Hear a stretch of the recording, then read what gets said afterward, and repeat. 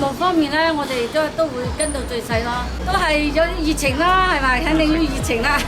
首先入來嘅就係有歡迎聲，黑酒有歡送聲，再加上最主要係餐中服務。餐中服務咧，一客人叫到肯定要有回應，要即刻要舉手回應，呢個係最重要嘅，因為你唔舉手回應，客人係唔知道你叫嘅。就算你做，人哋都唔知道你有冇去做，所以回應係好重要嘅。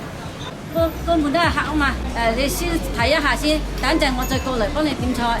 基本都係熟客咯，都係客戶一個介紹一個咁過嚟咯。所以咧，我哋肯定要保持最好嘅服務態度，都係介紹嘅，都係一個介紹一個嘅。其實我哋睇翻咧，香港咧，你都去過香港咧，知啦。有時去啲茶餐廳啊，遞杯水，眼都唔同你交流一下嘅，放低杯水就走㗎。香港茶餐廳咧，有啲服務咧，就好似你點得少或者點個服務有設埋最低消費嘅。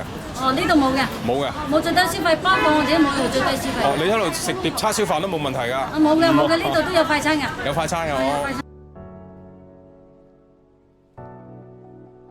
係點啊？服務出版嘅話，服務都係要第一嘅。服務第一。係啊。我哋冇嘅。咁如果啲客人飲杯嘢，我哋都會一樣，唔會話歧視你，淨係飲杯嘢冇乜嘢。最多話佢孖住張大台，跟住話可唔可以拼台啊，或者轉張細台啊，但絕對我唔會話揾客人啊，你嗱嗱聲食飯，嗱嗱聲走，執台唔會。唔會㗎。呢樣嘢我哋